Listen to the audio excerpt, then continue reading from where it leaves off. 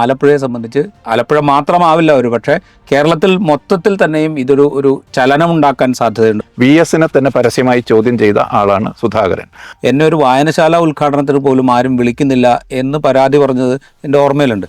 പിണറായിക്കെതിരെ ഏതെങ്കിലും തരത്തിലുള്ള ആക്ഷേപം ഉന്നയിക്കാൻ തയ്യാറാവുന്നില്ല. ഈ തെരഞ്ഞെടുപ്പിൽ സീറ്റ് കിട്ടുന്നില്ല എന്നുള്ളതുകൊണ്ട് മാത്രം അദ്ദേഹം ഇത് പറയുകയാണ് എന്നുള്ളതിൽ ഒരു തർക്കമില്ല. ചരിത്രബോധമില്ലാതെയാണ് പാർട്ടി നേതാക്കളും പാർട്ടിയുടെ ആലപ്പുഴ ജില്ലാ നേതൃത്വവും സംസാരിക്കുന്നത്. ഒരാൾ ഇപ്പോൾ മരിച്ചുപോയി കഴിഞ്ഞാൽ അയാളുടെ ബന്ധുവിനെ മത്സരിപ്പിച്ച് ആ മണ്ഡലം നിലനിർത്താൻ ശ്രമിക്കുന്നു എന്നുള്ള ആക്ഷേപമൊക്കെ വലിയ തോതിൽ ഉന്നയിച്ചുകൊണ്ടിരുന്ന പാർട്ടിയാണ് CPIM. അതേ പാർട്ടി തന്നെ ബന്ധുക്കളെ മത്സരിപ്പിക്കുന്നതിൽ മത്സരിക്കുകയാണ് എന്ന് വേണമെങ്കിൽ നമുക്ക് തോന്നാം. മുന്നണിയുടെ പെർഫോമൻസിനെ പൊതുവായി ബാധിക്കുന്ന തരത്തിൽ മോശമായ തീരുമാനമാണ് എന്ന കാര്യത്തിൽ ഒരു തർക്കവുമില്ല. ഈ ഒരു കാര്യം മറ്റൊരു മുന്നണിയിൽ മറ്റൊരു പാർട്ടിയിലാണ് സംഭവിക്കുന്നതെങ്കിൽ ഇത് നെപ്പോട്ടിസത്തിൻ്റെ വലിയ ഉദാഹരണങ്ങളായിട്ടാണ് വ്യാഖ്യാനിക്കപ്പെടുക.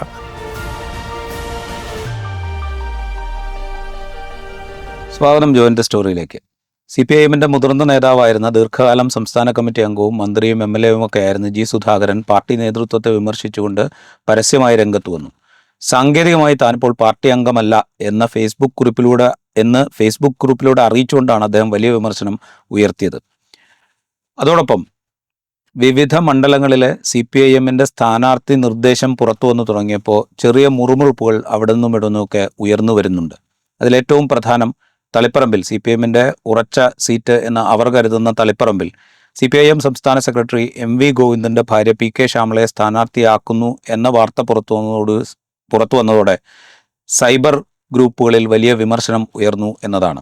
ഈ രണ്ട് കാര്യങ്ങളും ഇന്ന് നമ്മൾ സംസാരിക്കുന്നു. ആദ്യം നമുക്ക് ബഷീർ G. സുധാകരൻ്റെ കാര്യമെടുത്താൽ, G. സുധാകരൻ അദ്ദേഹത്തിൻ്റെ ഫേസ്ബുക്ക് കുറിപ്പിൽ ജില്ലാ സെക്രട്ടറിയും സംസ്ഥാന സെക്രട്ടറിയും തന്നെ ഏത് വിധത്തിലാണ് അവഗണിക്കുകയോ അവഹേളിക്കുകയോ ചെയ്തത് എന്ന് വിശദീകരിക്കുന്നുണ്ട്. ഇനി ഈ നേതാക്കൾക്ക് ബുദ്ധിമുട്ടുണ്ടാക്കുന്ന വിധത്തിൽ ഈ പാർട്ടിയിൽ തുടരുന്നതിൽ അർത്ഥമില്ല എന്ന് പറഞ്ഞുകൊണ്ടാണ് അദ്ദേഹം ആ കുറിപ്പ് അവസാനിപ്പിക്കുന്നത്. അദ്ദേഹം CPIM-ൽ നിന്ന് ഇറങ്ങി ഈ വരുന്ന നിയമസഭാ തെരഞ്ഞെടുപ്പിൽ ഏതെങ്കിലും വിധത്തിൽ സ്ഥാനാർത്ഥിയായി മത്സരിക്കും എന്ന് കരുതുന്നുണ്ടോ ബഷീർ? അങ്ങനെ ഞാൻ കരുതുന്നില്ല. CPIM-ൽ നിന്ന് പൂർണ്ണമായും വിട്ട് UDF-ന്റെ ഭാഗമായോ മറ്റേതെങ്കിലും തരത്തിലോ അദ്ദേഹം നിയമസഭാ തെരഞ്ഞെടുപ്പിൽ മത്സരിക്കാനുള്ള ഒരുക്കമാണ് നടത്തുന്നത് എന്ന് കരുതാൻ കഴിയില്ല. അദ്ദേഹത്തിൻ്റെ ഫേസ്ബുക്ക് പോസ്റ്റിൽ തന്നെ ആശയാദർശങ്ങളിൽ ഉറച്ച ജനലക്ഷങ്ങളോടൊപ്പം എന്ന് പറഞ്ഞുകൊണ്ട് താനൊരു സാധാരണ പാർട്ടി അനുഭാവിയായി തുടരും എന്ന മെസ്സേജാണ് അദ്ദേഹം നൽകുന്നത് എന്നാണ് എനിക്ക് തോന്നുന്നത്. പക്ഷേ സമീപകാലത്തൊന്നും CPIM-ൽ സംഭവിച്ചിട്ടില്ലാത്ത വിധത്തിൽ വളരെ നിശിതമായ വിമർശനമാണ് അദ്ദേഹം CPIM-നെതിരെ സമീപകാലത്ത്, ഇപ്പോഴത്തെ നേതൃത്വത്തിനെതിരെ സമീപകാലത്ത് നടത്തിയിരിക്കുന്നത്. ഈ ഒരു ഫേസ്ബുക്ക് പോസ്റ്റ് മാത്രമല്ല, മാതൃഭൂമി ചാനലിൽ ബിജു പങ്കജിന് അല്പ ദിവസം മുമ്പ് നൽകിയ ഒരു അഭിമുഖത്തിൽ ഇതേ കൂടി ഹാർഡായിട്ട് അദ്ദേഹം സംസാരിക്കുന്നുണ്ട്. യഥാർത്ഥത്തിൽ 2021 നിയമസഭാ തെരഞ്ഞെടുപ്പിൽ സീറ്റ് നിഷേധിക്കപ്പെട്ടതോടുകൂടി അദ്ദേഹത്തിനും അദ്ദേഹത്തെ പോലുള്ള ഐസക് പോലെയുള്ള ആളുകളുടെ മുമ്പിൽ അവരുടെ പാർലമെന്ററി കരിയറിന് ഒരു ക്ലോസ് അതല്ലെങ്കിൽ അതിന് പാർട്ടി അന്ത്യം കുറിച്ചിരുന്നു എന്ന് പറയും. ഒരു പക്ഷേ ഇത്തവണ കൂടി സ്ഥാനാർത്ഥിത്വത്തിന് വേണ്ടി കാത്തിരുന്നതിന് ശേഷം അതുകൂടി ഇല്ല, പരിഗണനയിലില്ല എന്ന് വന്നപ്പോൾ പാർട്ടിയോടുള്ള തൻ്റെ വിമർശനവും രോഷവും അമർഷവും എല്ലാം എക്സ്പ്രസ് ചെയ്യാൻ അദ്ദേഹം തീരുമാനിച്ചതായിരിക്കണം. അത് പക്ഷേ ഒരു ഒളിച്ചു വെച്ച വാക്കുകളിലല്ല അദ്ദേഹം പറയുന്നത്. വളരെ കൃത്യമായി അദ്ദേഹം നിലവിലുള്ള സംസ്ഥാന നേതൃത്വത്തിനെതിരെയും ജില്ലാ നേതൃത്വത്തിൽ തനിക്കെതിരെ അവഹേളനപരമായി ജില്ലാ നേതൃത്വം പെരുമാറുന്നു എന്ന കാര്യവുമാണ് അദ്ദേഹം ഉന്നയിക്കുന്നത്. സംസ്ഥാന സെക്രട്ടേറിയറ്റ് അംഗമായിരുന്ന സുധാകരൻ ഇപ്പോൾ ജില്ലാ കമ്മിറ്റിക്ക് കീഴിലുള്ള ആലപ്പുഴ ജില്ലാ കമ്മിറ്റിക്ക് കീഴിലുള്ള ബ്രാഞ്ചിലാണ് പ്രവർത്തിക്കുന്നത്. കഴിഞ്ഞ 5 വർഷത്തിനിടയിൽ ഇങ്ങനെ സംസ്ഥാന സമിതിയിൽ നിന്ന്, സംസ്ഥാന നേതൃത്വത്തിൽ നിന്ന് ബ്രാഞ്ചിലേക്ക് വന്ന് പ്രവർത്തിക്കുമ്പോൾ എങ്ങനെയുണ്ട് ഈ പ്രവർത്തനം എന്ന ഒരു ചോദ്യം പോലും ജില്ലാ സെക്രട്ടറിയുടെ ഭാഗത്ത് നിന്ന് ഈ 5 വർഷത്തിനിടയിൽ ഉണ്ടായില്ല എന്ന് അദ്ദേഹം വിമർശിക്കുന്നുണ്ട്. അദ്ദേഹത്തിന് ഒരു പൊതുപരിപാടി പോലും ജില്ലാ നേതൃത്വം അനുവദിച്ചില്ല എന്ന് പറയുന്നുണ്ട്. അടിയന്തരാവസ്ഥ കാലത്ത് അറസ്റ്റ് ചെയ്യപ്പെടുകയും മർദ്ദനമേൽക്കുകയും ജയിലിൽ കഴിയുകയും ചെയ്ത സുധാകരനെ അടിയന്തരാവസ്ഥയുടെ വാർഷികത്തിനുള്ള പരിപാടി പാർട്ടി സംഘടിപ്പിക്കുന്നത് തൻ്റെ വീടിനടുത്ത് സംഘടിപ്പിച്ചിട്ട് പോലും അതിലേക്കൊരു ക്ഷണപത്രം പോലും നൽകിയില്ല എന്ന വിമർശനം അദ്ദേഹം ഉന്നയിക്കുന്നുണ്ട്. ഇങ്ങനെ തനിക്ക് നേരിട്ട അവഗണന ഇതെല്ലാം ഉയർത്തിക്കാട്ടിക്കൊണ്ടാണ് ഈ ഫേസ്ബുക്ക് പോസ്റ്റും അതോടൊപ്പം ഈ അഭിമുഖത്തിലെ പരാമർശങ്ങളും. അദ്ദേഹത്തിൻ്റെ പരാതി പക്ഷേ സംസ്ഥാന സെക്രട്ടറി MV ഗോവിന്ദനെതിരെയും അതോടൊപ്പം ആലപ്പുഴ ജില്ലാ നേതൃത്വത്തിനെതിരെയുമാണ്. ഇതിൽ പിണറായി വിജയനുമായി ബന്ധപ്പെട്ട് പരാമർശിക്കുന്ന അഭിമുഖ ഭാഗത്ത് അദ്ദേഹം പിണറായിക്കെതിരെ ഏതെങ്കിലും തരത്തിലുള്ള ആക്ഷേപം ഉന്നയിക്കാൻ തയ്യാറാവുന്നില്ല. കഴിഞ്ഞ 10 വർഷത്തെ ഒന്നായിട്ടെടുത്താണ് വികസനത്തെ ഉയർത്തിപ്പിടിക്കേണ്ടത് എന്നും താനും കൂടി ഉൾപ്പെട്ട 2016 മുതൽ 21 വരെയുള്ള മന്ത്രിസഭയാണ് ഇപ്പോൾ കാണുന്ന വികസന പ്രക്രിയക്ക് അടിസ്ഥാനപരമായ തുടക്കം കുറിച്ചത് എന്നുമാണ് അദ്ദേഹത്തിൻ്റെ അവകാശവാദം. അത് പിണറായി അല്ലാതെ മറ്റൊരാളും ആ 10 വർഷത്തെ ഒന്നായി കാണുന്നില്ല. ചരിത്രബോധമില്ലാതെയാണ് പാർട്ടി നേതാക്കളും പാർട്ടിയുടെ ആലപ്പുഴ ജില്ലാ നേതൃത്വവും സംസാരിക്കുന്നത് എന്നാണ് അദ്ദേഹത്തിൻ്റെ വിമർശനം. വളരെ കണിശമായ വാക്കുകളിലാണ് ഈ അഭിമുഖത്തിലും ഈ ഫേസ്ബുക്ക് പോസ്റ്റിലും സുധാകരൻ വിമർശനം ഉന്നയിച്ചിരിക്കുന്നത് എന്നതാണ് ഏറ്റവും ശ്രദ്ധേയം. ഏതെങ്കിലും ഒളിച്ചു വെച്ച വാക്കുകളിലൂടെ പറഞ്ഞു പോവുകയല്ല, തനിക്ക് പറയാനുള്ളത് മുഴുവനും പറയാൻ തീരുമാനിച്ച് ഉറപ്പിച്ചിറങ്ങിയിരിക്കുകയാണ് എന്ന് ഇത് കണ്ടാൽ തോന്നും. റൈറ്റ്, അത് കണ്ടാൽ തോന്നും.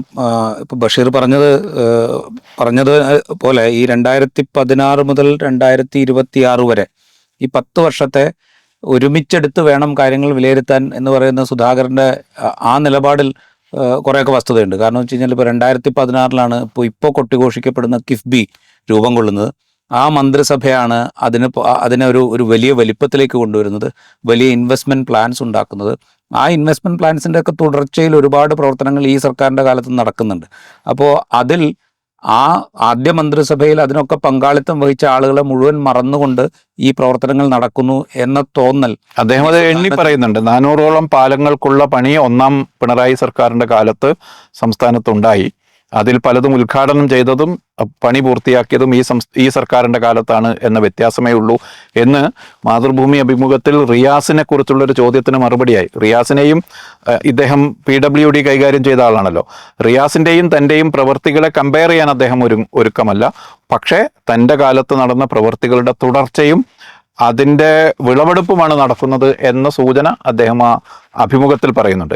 ഈ 10 വർഷത്തെ ഒന്നിച്ച് കാണുകയും അതിന് പിന്നിൽ പ്രവർത്തിച്ചവരെ പരിഗണിക്കുകയും ചെയ്യണം എന്നതാണ് അദ്ദേഹം നൽകുന്ന മെസ്സേജ്. ആ മെസ്സേജ് കൃത്യമായിരിക്കെ തന്നെ മറ്റൊരു കാര്യം കൂടെ നമ്മൾ ആലോചിക്കുന്നുണ്ടല്ലോ. അപ്പോൾ അദ്ദേഹത്തിൻ്റെ ഫേസ്ബുക്ക് കുറിപ്പിൽ തന്നെ അദ്ദേഹം പറയുന്നു, കഴിഞ്ഞ 43 വർഷം CPIMന്റെ സംസ്ഥാന കമ്മിറ്റി അംഗമായിരുന്നു അദ്ദേഹം എന്ന് അദ്ദേഹത്തിൻ്റെ ഫേസ്ബുക്ക് കുറിപ്പിൽ അദ്ദേഹം പറയുന്നുണ്ട്. അദ്ദേഹം 63 വർഷത്തെ പാർട്ടി പ്രവർത്തനവും 43 വർഷം സ്റ്റേറ്റ് കമ്മിറ്റി മെമ്പർഷിപ്പും, അതാണ് അദ്ദേഹത്തിന്റെ മറ്റേ ഫേസ്ബുക്ക് കുറിപ്പിലുള്ളത്. അത് അദ്ദേഹം 43 വർഷം എന്ന് കൃത്യമായി അടയാളപ്പെടുത്തുന്നുണ്ട്. അദ്ദേഹം 4 തവണ നിയമസഭയിലേക്ക് തിരഞ്ഞെടുക്കപ്പെട്ടിട്ടുണ്ട്, 2 തവണ മന്ത്രിയായിട്ടുണ്ട്, ആലപ്പുഴയുടെ ജില്ലാ സെക്രട്ടറി ആയിട്ടുണ്ട്. ഏതാണ്ട് ഈ കാലയളവിൽ മുഴുവൻ അദ്ദേഹം ഒരുപക്ഷെ 2021 തെരഞ്ഞെടുപ്പ് രാഷ്ട്രീയത്തിൽ നിന്ന് ഒഴിവാക്കപ്പെട്ട് പിന്നീട് സംസ്ഥാന കമ്മിറ്റിയിൽ നിന്ന് ഒഴിവാക്കപ്പെട്ട് ഈ ആലപ്പുഴ ജില്ലാ കമ്മിറ്റിയുടെ കീഴിലുള്ള ബ്രാഞ്ചിലേക്ക് വരുന്നത് വരെ ഈ അധികാര രാഷ്ട്രീയത്തിൻ്റെ മുഴുവൻ ഭാഗമായിരുന്നു സുധാകരൻ. അങ്ങനെ ഇരിക്കുന്ന ഒരാൾ ഒരു നിയമസഭാ തെരഞ്ഞെടുപ്പ് തൊട്ടടുത്ത് നിൽക്കെ അദ്ദേഹത്തിൻ്റെ പേര് വീണ്ടും സ്ഥാനാർത്ഥിത്വത്തിലേക്ക് പരിഗണിക്കുന്നു എന്ന മാധ്യമ വാർത്തകൾ ഒരുപാടുണ്ടായിരുന്നു. ആരും അതിനൊരു സ്ഥിരീകരണമൊന്നും നൽകിയിട്ടില്ല. പലരും അങ്ങനെ വിശ്വസിക്കുകയും ചെയ്തിരുന്നു. ഒരു പക്ഷേ കഴിഞ്ഞ തവണ ഒഴിവാക്കപ്പെട്ട മുതിർന്ന നേതാക്കൾ ഇത്തവണ തെരഞ്ഞെടുപ്പിലേക്ക് വന്നേക്കാം CPMന്റെ പട്ടികയിൽ എന്ന് വിശ്വസിക്കുകയും ചെയ്തിരുന്നു. അത്തരമൊരു വിശ്വാസം അദ്ദേഹത്തിനും ഉണ്ടായിട്ടുണ്ടാകാം. അത് ലംഘിക്കപ്പെട്ടു, അതല്ലെങ്കിൽ അതില്ല എന്ന് തിരിച്ചറിയുമ്പോൾ അതിൽ നിന്നുണ്ടാകുന്നൊരു നിരാശ, അത് ഇത്രയും കാലം അധികാര രാഷ്ട്രീയത്തിൻ്റെ ഭാഗമായിരുന്ന ഒരാൾ ഇപ്പോൾ പ്രകടിപ്പിക്കുന്നത് സത്യം പറഞ്ഞാൽ ആ പാർട്ടിയോട് ചെയ്യുന്നൊരു അനീതിയായിട്ടൂടെ നമ്മൾ കാണേണ്ടി വരുന്നതാണ് എനിക്ക് തോന്നുന്നത്. കാരണം ഇത്രയും കാലം ആ പാർട്ടിയുടെ ഭാഗമായി നിന്നിരുന്നു സുധാകരൻ. അദ്ദേഹത്തിന് ഇപ്പോൾ ഈ തെരഞ്ഞെടുപ്പിൽ സീറ്റ് കിട്ടുന്നില്ല എന്നുള്ളതുകൊണ്ട് മാത്രം അദ്ദേഹം ഇത് പറയുകയാണ് എന്നുള്ളതിൽ ഒരു തർക്കമില്ല. വേറെ ഒരു കാര്യവും അദ്ദേഹത്തിന് ഇപ്പം നേരത്തെ പറഞ്ഞ ഈ അദ്ദേഹത്തിൻ്റെ കൂടെ പങ്കാളിത്തം ഉണ്ടായിരുന്ന മന്ത്രിസഭയുടെ നേട്ടങ്ങളെ കൂടി അടയാളപ്പെടുത്തണം എന്ന ന്യായമായ ആവശ്യം ഒരുപക്ഷെ ഉണ്ടാകും. അതിനപ്പുറത്തേക്ക് ഇപ്പം അദ്ദേഹത്തിൻ്റെ മോഹഭംഗത്തിൻ്റെ തുടർന്നുണ്ടായ ഒരു പ്രതികരണം എന്നുള്ളതിനപ്പുറം എനിക്ക് മോഹഭംഗത്തിൻ്റെ പ്രതികരണമാകാം എന്ന കാര്യത്തിൽ സംശയമില്ല. പക്ഷേ അദ്ദേഹം വഹിച്ച വകുപ്പുകളെക്കുറിച്ച് സുധാകരൻ 2 തവണയും അദ്ദേഹം വഹിച്ച വകുപ്പുകളെക്കുറിച്ച് ഒരു തരി ആരോപണം പോലും പ്രതിപക്ഷത്തിന് പോലും ഉന്നയിക്കാൻ പറ്റാത്ത വിധത്തിൽ അത്രയും സൂക്ഷ്മമായി അത് നിർവഹിച്ച ആളാണ്. അതെ, 2006 മുതൽ 2011 വരെ സഹകരണം, കയർ, ദേവസ്വം വകുപ്പുകൾ, അത് കഴിഞ്ഞ് 2016 മുതൽ PWD-യുടെയും PWD-യും ഒരു ഘട്ടത്തിലും ഒരു ആരോപണവും സുധാകരനെ ഉൾപ്പെടുത്തിക്കൊണ്ടോ അല്ലെങ്കിൽ ആ ആ മന്ത്രി മീൻസ് വകുപ്പുമായി ബന്ധപ്പെട്ടോ ഉന്നയിക്കപ്പെട്ടിട്ടില്ല. അദ്ദേഹത്തെക്കുറിച്ചുള്ള വലിയ തമാശകളിലൊന്ന്, അദ്ദേഹം തൻ്റെ ഓഫീസിലെ സ്റ്റാഫിന് രാവിലെ 11 മണിക്ക് ഒരു ചായയും ഒരു പഴംപൊരിയും അതല്ലെങ്കിൽ ഒരു പരിപ്പ് വടയും, ഉച്ച കഴിഞ്ഞ് 3 മണിക്ക് ഇതുപോലെ ഒരു ചായയും ഇത് മാത്രമേ അനുവദിക്കുമായിരുന്നു. അതിനപ്പുറത്ത് സാധാരണ മന്ത്രിമാരുടെ ഓഫീസുകൾ ചുറ്റിപ്പറ്റി പുറത്തുനിന്ന് ആർഭാടത്തിലുള്ള ഭക്ഷണം വാങ്ങിക്കൊണ്ടുവന്ന് കഴിക്കുക തുടങ്ങിയ ഒരു പരിപാടിയും അദ്ദേഹത്തിൻ്റെ ഓഫീസിൽ അദ്ദേഹം അനുവദിക്കുമായിരുന്നില്ല. അങ്ങേയറ്റത്തെ നിഷ്ഠ ആ കാര്യത്തിൽ. ഒരു തരത്തിലും തൻ്റെ ഓഫീസ് അഴിമതിയുടെയോ ഏതെങ്കിലും തരത്തിലുള്ള വിട്ടുവീഴ്ചയുടെയോ സ്ഥലമാകാൻ പാടില്ല എന്ന് നിഷ്ഠ പുലർത്തിയിരുന്ന നേതാവാണ്. ഇത് അഡ്മിനിസ്ട്രേഷന്റെ കാര്യത്തിൽ. പാർട്ടി അച്ചടക്കത്തിന്റെ കാര്യം രാജീവിന് അറിയാലോ. അങ്ങേയറ്റത്തെ പാർട്ടി അച്ചടക്കം പുലർത്തിയിരുന്ന ആളാണ്. VS-മായി വളരെ ആത്മബന്ധം പുലർത്തിയിരുന്ന VS ആണ് അദ്ദേഹത്തിന്റെ ഏറ്റവും പ്രിയപ്പെട്ട നേതാവ്. അത് അദ്ദേഹം ഇപ്പോഴും പറയുന്നുണ്ട്. പക്ഷെ VS വിഭാഗീയതയുമായി ബന്ധപ്പെട്ട് VS-നെതിരെ ആരോപണങ്ങൾ ഉയർന്നു വന്നപ്പോൾ VS അത് പരസ്യമായി പറയാൻ തീരുമാനിച്ച ഘട്ടങ്ങളിൽ VS-നെ തന്നെ പരസ്യമായി ചോദ്യം ചെയ്ത ആളാണ് സുധാകരൻ. പാർട്ടി അച്ചടക്കം എന്നത് അത്രമേൽ പ്രധാനപ്പെട്ട ഒരു കാര്യമായി കരുതിയിരുന്ന നേതാവാണ് സുധാകരൻ. സ്വാഭാവികമായും 2021 തീരുമാനം അതിപ്പോഴാണ് യഥാർത്ഥത്തിൽ അതിൻ്റെ പാർട്ടിക്കകത്തുള്ള ഇമ്പാക്റ്റ് എന്താണ് എന്ന് നമുക്ക് ബോധ്യമായി വരുന്നത്. 2021 ഈ നേതാക്കളെ സ്ഥാനാർത്ഥിത്വത്തിൽ നിന്ന് മാറ്റി നിർത്താനുള്ള തീരുമാനം ഒരു സമവായത്തിലെടുത്തതോ അവരുടെ കൂടി യോജിപ്പോടുകൂടി എടുത്തതോ ആയിരുന്നില്ല എന്ന് ഇപ്പോഴാണ് മനസ്സിലാവുന്നത്. വിട്ടുനിൽക്കാൻ അവർ സ്വയം തീരുമാനിച്ചിരുന്നില്ല. രാഷ്ട്രീയ പ്രവർത്തനത്തിൽ നിന്ന് പിൻവാങ്ങാനോ പൊതുജീവിതത്തിൽ നിന്ന് താഴേക്ക് നിൽക്കാനോ അവർ ഉദ്ദേശിച്ചിരുന്നില്ല. അവരവരുടെ കരിയറിൽ ഏറ്റവും പ്രൈം എന്ന് കരുതുന്ന സമയത്ത് അവരെ മത്സരിപ്പിക്കാതിരിക്കുക, പിന്നീട് അവരെ പരിഗണിക്കാതിരിക്കുക, അതാണ് സുധാകരൻ ഉന്നയിച്ചിരിക്കുന്നത്. സംസ്ഥാന സമിതി അംഗമായിരുന്ന അദ്ദേഹം ബ്രാഞ്ചിൽ വന്ന് പ്രവർത്തിക്കുമ്പോൾ അദ്ദേഹത്തിന് കിട്ടേണ്ട പരിഗണന കിട്ടിയില്ല. ജില്ലാ നേതൃത്വം അദ്ദേഹത്തെ അവഹേളിച്ചു. ഈ ബ്രാഞ്ചിൽ പ്രവർത്തിച്ച് തുടങ്ങിയതിനു ശേഷം ഒരു കാര്യവും അദ്ദേഹത്തോട് അന്വേഷിച്ചില്ല. ഒരു പൊതുപരിപാടിക്കും അദ്ദേഹത്തെ വിളിക്കാൻ പാർട്ടി കൂട്ടാക്കുന്നില്ല. തൊട്ട് വീടിനടുത്ത് സംഭവിക്കുന്ന പരിപാടികൾക്ക് പോലും അദ്ദേഹത്തിന് ക്ഷണം പോലും കിട്ടുന്നില്ല. ഇതാണ് അദ്ദേഹം ഉന്നയിച്ചിരിക്കുന്ന ആരോപണം. മോഹഭംഗം എന്ന വാക്ക് അതിന് അങ്ങനെ പറയേണ്ടതുണ്ടോ എന്ന കാര്യത്തിൽ എനിക്ക് സംശയമുണ്ട്. തികഞ്ഞ അവഗണനയും വിവേചനവും നേരിട്ടു എന്ന തോന്നലിൽ നിന്നാണ് സുധാകരനെ പോലെ ഒരാൾ ഇങ്ങനെ സംസാരിക്കുന്നത് എന്ന് വേണം കരുതാൻ. അതോടൊപ്പം തന്നെ ആലപ്പുഴ CPIM ആലപ്പുഴ ജില്ലാ ഘടകവുമായി ബന്ധപ്പെട്ട് ഈ സമീപകാലത്ത് വലിയ തോതിലുള്ള വിഭാഗീയത ആരോപണങ്ങൾ ഉയർന്നു വരുന്നുണ്ട്. അവിടെ ഇപ്പോൾ കായംകുളം, അമ്പലപ്പുഴ ഈ മേഖലകളിലൊക്കെ പാർട്ടിക്കുള്ളിൽ പ്രശ്നങ്ങളുണ്ട്. കുട്ടനാടൊക്കെ പാർട്ടിക്കുള്ളിൽ പ്രശ്നങ്ങളുണ്ട്. ഈ പ്രശ്നങ്ങൾ നേതൃത്വത്തിൻ്റെ കൂടെ ബലഹീനതയായോ അല്ലെങ്കിൽ നേതൃത്വത്തിലുള്ള ചിലരുടെ ഇടപെടലിൻ്റെ തുടർച്ചയിലോ സംഭവിക്കുന്നതാണ് എന്ന ആക്ഷേപങ്ങളുണ്ട്. ഈ ആക്ഷേപങ്ങളുടെ ഒക്കെ ഭാഗമായി സുധാകരനെ പോലൊരു നേതാവിനെ അകറ്റി നിർത്താൻ ആ പാർട്ടിയിലെ മുതിർന്ന നേതാക്കൾ തീരുമാനിച്ചതിൻ്റെ കൂടെ ഫലമായിരിക്കും ഒരുപക്ഷെ അദ്ദേഹത്തിന് ഒരു പൊതുപരിപാടിയിലേക്ക് പോലും ക്ഷണിക്കാതിരിക്കുന്നത്, അല്ലെങ്കിൽ വീടിന് തൊട്ടടുത്തുള്ള പരിപാടിയിൽ പോലും അദ്ദേഹത്തെ ഉൾപ്പെടുത്തേണ്ട എന്ന് തീരുമാനിക്കുന്നത്. അദ്ദേഹം ഒരിക്കൽ ഒരു മാധ്യമത്തോട് സംസാരിക്കുമ്പോഴാണ് എന്ന് തോന്നുന്നു, എന്നെ ഒരു വായനശാല ഉദ്ഘാടനത്തിന് പോലും ആരും വിളിക്കുന്നില്ല എന്ന് പരാതി പറഞ്ഞത് എൻ്റെ ഓർമ്മയിലുണ്ട്. അപ്പോൾ ഇത് ദീർഘകാലമായി തുടരുന്ന ഒരു പ്രശ്നമാണ്. അത് പരിഹരിക്കുക എന്നുള്ളത് ആ പാർട്ടിയുടെ ഉത്തരവാദിത്തമായിരിക്കെ തന്നെ, ആ അവഗണനയും അവഹേളനവും അവിടെ ഉണ്ടായിരിക്കെ തന്നെ ഈ ടൈം, അതിന് തിരഞ്ഞെടുത്ത സമയമാണ് ഞാൻ ഊന്നിപ്പറയുന്നത്. കാരണം നിയമസഭാ തെരഞ്ഞെടുപ്പിൻ്റെ സ്ഥാനാർത്ഥി നിർണയ ചർച്ചകൾ പുരോഗമിക്കുന്നു. അവിടെ ആ സമയത്താണ് അദ്ദേഹം ഇത് ഉന്നയിക്കാൻ തീരുമാനിക്കുന്നത്. സ്വാഭാവികമായിട്ടും സുധാകരൻ ആലപ്പുഴ ജില്ലയിൽ CPM പ്രവർത്തകർക്കിടയിലും അതിന് പുറത്തും സ്വാധീനമുള്ള നേതാവാണ്. അദ്ദേഹത്തിൻ്റെ എല്ലാ ചൊടിപ്പിക്കുന്ന പ്രസ്താവനകൾ ഉണ്ടെങ്കിൽ പോലും അദ്ദേഹത്തിന് ആളുകൾക്ക് അദ്ദേഹത്തെ ഇഷ്ടമാണ്. അങ്ങനെ ഒരു നേതാവ് ഈ പ്രസ്താവന നടത്തുകയും അദ്ദേഹം ഒരുപക്ഷെ തെരഞ്ഞെടുപ്പ് പ്രവർത്തനങ്ങളിൽ നിന്ന് മാറി നിൽക്കുകയോ മറ്റേതെങ്കിലും വിധത്തിൽ റിയാക്ട് ചെയ്യുകയോ ചെയ്താൽ അത് ആലപ്പുഴ ജില്ലയിൽ CPM-നെ ബാധിക്കും എന്നുള്ള കാര്യത്തിൽ ഒരു തർക്കവുമില്ല. പ്രത്യേകിച്ച് അമ്പലപ്പുഴ, കായംകുളം, കുട്ടനാട് അങ്ങനെ തുടങ്ങിയ മണ്ഡലങ്ങളിലൊക്കെ അതിൻ്റെ ഇമ്പാക്റ്റ് ഉണ്ടാവും. അപ്പോൾ അത് അദ്ദേഹത്തിന് അറിയാം. അതറിഞ്ഞുകൊണ്ടാണ് അദ്ദേഹം ഇപ്പോൾ ഈ പ്രസ്താവന നടത്തുന്നത് എന്നാണ് ഞാൻ വിചാരിക്കുന്നത്. അങ്ങനെയാണെങ്കിൽ CPM ലീഡർഷിപ്പ് ഒരു പക്ഷേ ഒന്നുകിലൊരു അനുനയത്തിന് ശ്രമിച്ചേക്കാം. അല്ലെങ്കിൽ സാധാരണഗതിക്ക് CPM-ന്റെ ഒരു രീതി അനുസരിച്ച് ഇത്രയും വലിയൊരു ആരോപണം ഉന്നയിച്ചൊരു ഫേസ്ബുക്ക് കുറിപ്പിട്ടാൽ പാർട്ടി അംഗത്വം പുതുക്കിയിട്ടില്ല എന്ന് പറഞ്ഞാൽ അതിനോട് റിയാക്ട് ചെയ്യേണ്ടത് ഇപ്പോൾ പാർട്ടി അംഗമല്ലാത്ത ഒരാൾ നടത്തുന്ന ഒരു പ്രസ്താവന അങ്ങനെ ഞങ്ങൾ ഇതിനെ കാണുന്നുള്ളൂ എന്നായിരിക്കും. അങ്ങനെ നടത്താം ഒരുപക്ഷെ. രണ്ടാണെങ്കിലും ആലപ്പുഴയെ സംബന്ധിച്ച് ആലപ്പുഴ മാത്രമാവില്ല ഒരുപക്ഷെ, കേരളത്തിൽ മൊത്തത്തിൽ തന്നെയും ഒരു ചലനമുണ്ടാക്കാൻ സാധ്യതയുണ്ട്. കാരണം ജി സുധാകരന് പാൻ കേരള ആക്സെപ്റ്റൻസ് ഉണ്ട് എന്നൊന്നും നമുക്ക് പറയാൻ പറ്റില്ല. പക്ഷേ അദ്ദേഹം മന്ത്രി എന്നുള്ള നടത്തിയ പ്രവർത്തനങ്ങൾ അദ്ദേഹത്തിന് ഒരു പാൻ കേരള ആക്സെപ്റ്റൻസ് ഉണ്ടാക്കി കൊടുത്തിരുന്നു.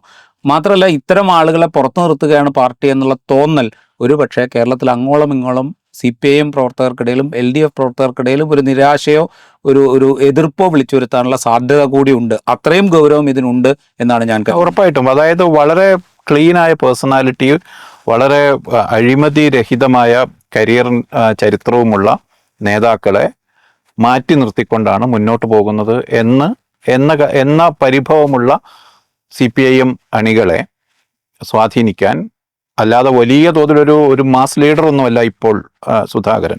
ഏതെങ്കിലും തരത്തിൽ ആ പാർട്ടിയിൽ ഒരു വിമത ചലനം ഉണ്ടാക്കാൻ കഴിയുന്ന ആളൊന്നുമല്ല നിലവിൽ സുധാകരൻ. പക്ഷേ നിരാശരായ ആളുകളുടെ മനസ്സിനെ ബാധിക്കാൻ സാധ്യതയുള്ള നേതാവാണ് സുധാകരൻ. അദ്ദേഹം പറയുന്ന വളരെ രസകരമായ ഒരു കാര്യം, 75 വയസ്സ് കഴിഞ്ഞാൽ പിന്നെ അറുത്ത് മാംസമായി വിൽക്കാനുള്ളതല്ല ഞങ്ങളെ എന്നാണ്. അതൊരു അമർഷമാണ്.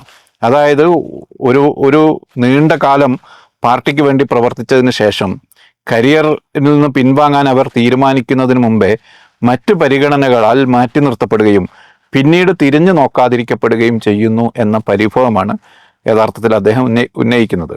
അദ്ദേഹത്തിൻ്റെ ആ പ്രയോഗത്തിന് തന്നെ അദ്ദേഹം ഇംഗ്ലീഷ് സാഹിത്യം പഠിച്ച ആളാണല്ലോ. ആനിമൽ ഫാമിലെ ഒരു പ്രയോഗം മനസ്സിൽ വെച്ചാണ് അദ്ദേഹം സംസാരിക്കുന്നത് എന്ന് തോന്നും. ആനിമൽ ഫാം ബിൽഡ് ചെയ്യുന്നതിൽ വലിയ പങ്ക് വഹിക്കുന്ന സഖാവ് ബോക്സർ എന്ന കുതിര, ആ കുതിരയെ അവസാനം അറവുശാലയിലേക്ക് കൊണ്ടുപോകുമ്പോൾ അദ്ദേഹം ആവർത്തിച്ച് പറയുന്ന "I will work harder, Napoleon is always right" എന്നാണ് അദ്ദേഹം പറയുന്നത്. നെപ്പോളിയൻ ഈസ് ഓൾവേസ് റൈറ്റ് എന്ന്, നെപ്പോളിയൻ ആണല്ലോ party secretary, Napoleon is always right എന്ന് പറഞ്ഞുകൊണ്ടിരുന്ന ആളാണ് യഥാർത്ഥത്തിൽ സുധാകരൻ. എല്ലാ കാലത്തും പാർട്ടിക്കെതിരെ ഒന്നും പറയാതിരുന്ന ആളാണ്. എല്ലാ കാലത്തും പാർട്ടി അച്ചടക്കത്തിനെതിരെ വരുന്ന ശബ്ദങ്ങളെ അങ്ങേയറ്റം നിശിതമായി വിമർശിച്ചിട്ടുള്ളതാണ്. അങ്ങനെയുള്ള ആളുകൾക്ക് അവരുടെ അവസാന കാലത്ത് പാർട്ടിയിൽ നിന്ന് പരിഗണന കിട്ടുന്നില്ല എന്ന ചിന്തയാവാം ഒരുപക്ഷെ ഇത് എന്നാണ്. ആ തരത്തിൽ വളരെ നിശിതമായാണ് അദ്ദേഹം പാർട്ടിയെ വിമർശിക്കുന്നത്. ഇത് പറയുമ്പോൾ ഇവിടെ പരിഗണിക്കപ്പെടുന്നില്ല, അവഹേളിക്കപ്പെടുന്നു എന്നതിൻ്റെ പേരിലുള്ള രോഷപ്രകടനം നടക്കുമ്പോൾ വേറൊരിടത്ത് അനർഹമായ പരിഗണന കിട്ടുന്നു എന്ന പരാതി ഉയർന്നു വരുന്നുണ്ട്. ഇപ്പോൾ തളിപ്പറമ്പിൽ PK ശ്യാമളയെ മത്സരിപ്പിക്കാൻ തീരുമാനിക്കുമ്പോൾ അത് MV ഗോവിന്ദൻ, പാർട്ടിയുടെ സംസ്ഥാന സെക്രട്ടറി ആയിരിക്കുന്ന MV ഗോവിന്ദൻ ഇപ്പോൾ MLA ആയിരിക്കുന്ന മണ്ഡലത്തിൽ അദ്ദേഹം ഒഴിയുമ്പോൾ അദ്ദേഹത്തിൻ്റെ ഭാര്യയെ അവിടെ മത്സരിപ്പിക്കാൻ തീരുമാനിക്കുന്നു എന്ന് പറയുന്നത് പാർട്ടി സെക്രട്ടറിയുടെ ഭാര്യ ആയതുകൊണ്ട് മാത്രമാണ് എന്ന വിമർശനം ഉയർന്നു വരുന്നുണ്ട്. തളിപ്പറമ്പ് പോലെയുള്ള ഒരു മണ്ഡലമാണ്. തളിപ്പറമ്പ് നോക്കുമ്പോൾ വേറൊരു കൗതുകം കൂടി ഉണ്ട് അവിടെ. കാരണം കഴിഞ്ഞ തദ്ദേശ ഭരണ തെരഞ്ഞെടുപ്പിൽ CPM-ന്റെ ഉറച്ച വോട്ട എന്ന് കരുതുന്ന തളിപ്പറമ്പിൽ ആകെ 7000 ചില്ലറ വോട്ടിന്റെ ഭൂരിപക്ഷം മാത്രമേ LDF-നുള്ളൂ. സുധാകരൻ ലോക്സഭയിലേക്ക് മത്സരിപ്പിച്ചു 8000 വോട്ടിന്റെ ഭൂരിപക്ഷം കിട്ടിയിട്ടുണ്ട്. ആ മണ്ഡലത്തിൽ PK ശ്യാമളയെ പോലെ ഒരാളെ മത്സരിപ്പിക്കാൻ തീരുമാനിക്കുമ്പോൾ അത് പാർട്ടി സെക്രട്ടറിയുടെ ഭാര്യ ആയതുകൊണ്ടാണ് ഈ പരിഗണന കിട്ടുന്നത്, അതൊരു അനർഹമായ പരിഗണനയാണ് എന്ന വിമർശനവും ഉയർന്നു വരുന്നുണ്ട്. എനിക്ക് അതിൽ തോന്നുന്നത് ഈ ബന്ധുക്കളെ, എന്താ പറയുക, നേതാക്കളുടെ ബന്ധുക്കളെ അല്ലെങ്കിൽ നേതാക്കളുടെ മക്കളെ അല്ലെങ്കിൽ നേതാക്കളുടെ ഭാര്യമാരെ മത്സരിപ്പിക്കുന്നു. ഒരാൾ ഇപ്പോൾ മരിച്ചു പോയി കഴിഞ്ഞാൽ അയാളുടെ ബന്ധുവിനെ മത്സരിപ്പിച്ച് ആ മണ്ഡലം നിലനിർത്താൻ ശ്രമിക്കുന്നു എന്നുള്ള ആക്ഷേപമൊക്കെ വലിയ തോതിൽ ഉന്നയിച്ചുകൊണ്ടിരുന്ന പാർട്ടിയാണ് CPIM. അതിന് പല ഉദാഹരണങ്ങൾ പല കാലങ്ങളിലായിട്ട് ഉണ്ടായിട്ടുണ്ട്. അത് CPIM വലിയ തോതിൽ പ്രചരിപ്പിക്കാൻ ശ്രമിച്ചിട്ടുണ്ട്. അതേ പാർട്ടി തന്നെ ബന്ധുക്കളെ മത്സരിക്കുകയാണ് എന്ന് വേണമെങ്കിൽ നമുക്ക് തോന്നാം. അപ്പോൾ വിജയരാഘവൻ കഴിഞ്ഞ നിയമസഭാ തെരഞ്ഞെടുപ്പിൽ പാർട്ടിയുടെ സംസ്ഥാന സെക്രട്ടറിയുടെ ചുമതല ഉണ്ടായിരുന്ന വിജയരാഘവനായിരുന്നു. വിജയരാഘവന്റെ ഭാര്യ ബിന്ദു ഇരിങ്ങാലക്കുടയിൽ മത്സരിച്ച് ജയിച്ചു, മന്ത്രിയായി.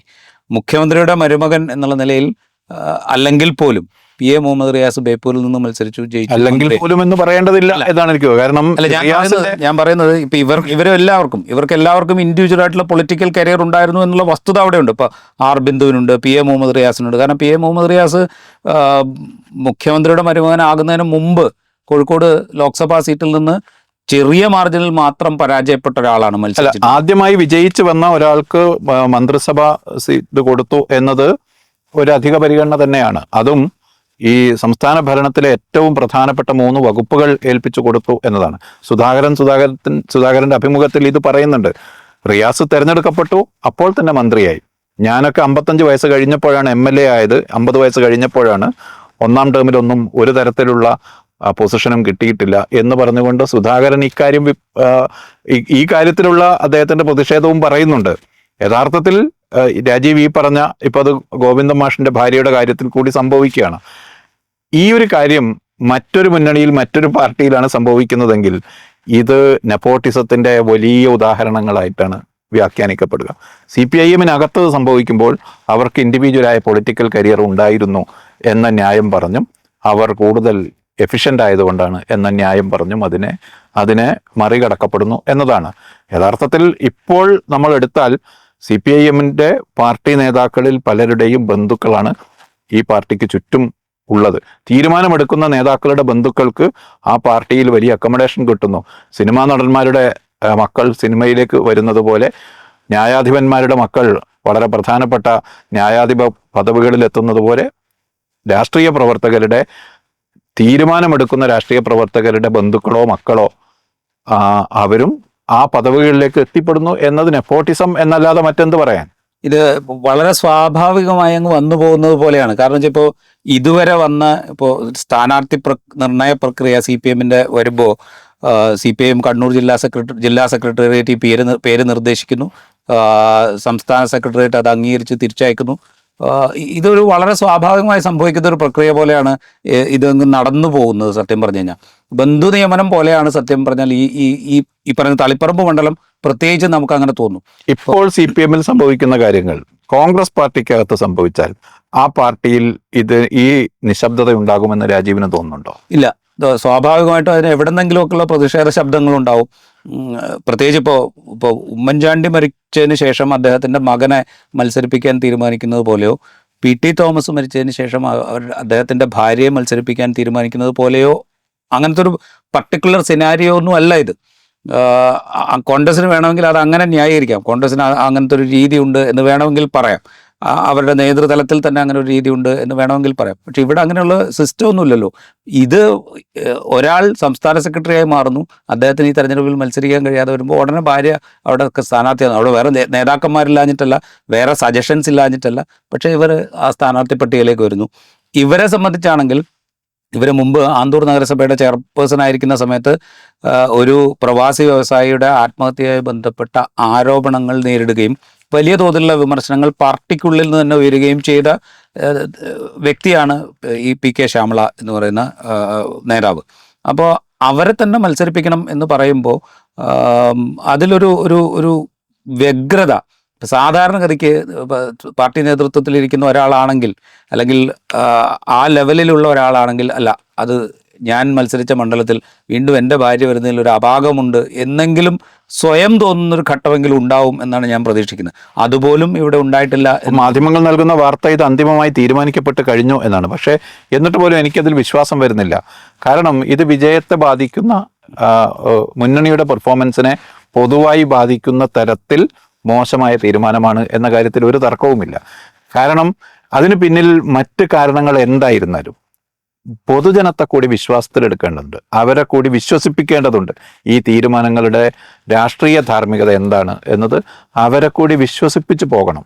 അത് നടക്കുന്നില്ല എന്നതാണ് ഇതിലെ പ്രശ്നം. ഇതിൽ വേറൊരു കാര്യം കൂടി ഉണ്ട്. ഇപ്പോൾ തളിപ്പറമ്പ് മണ്ഡലത്തിലെ കഴിഞ്ഞ ഒരു 3 നിയമസഭാ തെരഞ്ഞെടുപ്പുകളുടെ ഒരു കണക്കെടുത്തു കഴിഞ്ഞാൽ, ഇപ്പോൾ 2011 ജെയിംസ് മാത്യുവോട് മത്സരിക്കുമ്പോൾ 2011 ഭരണമാറ്റമുണ്ടായ തെരഞ്ഞെടുപ്പാണ് എന്നുകൂടെ കണക്കിലെടുക്കുക. അന്ന് 27,861 വോട്ടിൻ്റെ ഭൂരിപക്ഷം ഉണ്ടായിരുന്നു ജെയിംസ് മാത്യുവിന് അവിടെ.